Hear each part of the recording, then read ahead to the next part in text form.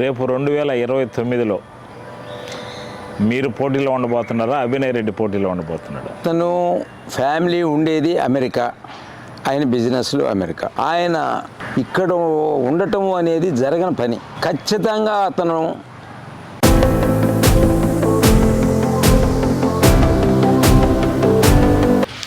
Sir, ఇప్పుడు కూటమి పాలనలో ఎలా ఉందని మీరు భావిస్తున్నారు జనానికి? మీకు జయరాజు గారు ఇంకొక విషయం చెప్తాను. నెల్లూరు డిస్ట్రిక్ట్లో మాలాగా కాన్స్టిట్యున్సీనే కనిపెట్టుకొని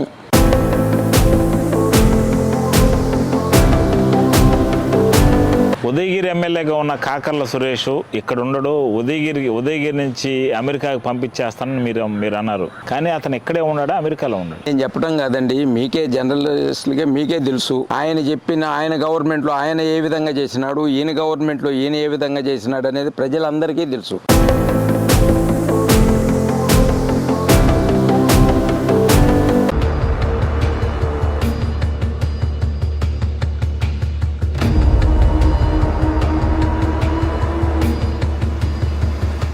మేకపాటి రాజగోపాల్ రెడ్డితో ఫేస్ టు ఫేస్ శనివారం రాత్రి 7 గంటలకు మీ ఛానల్ 9లో.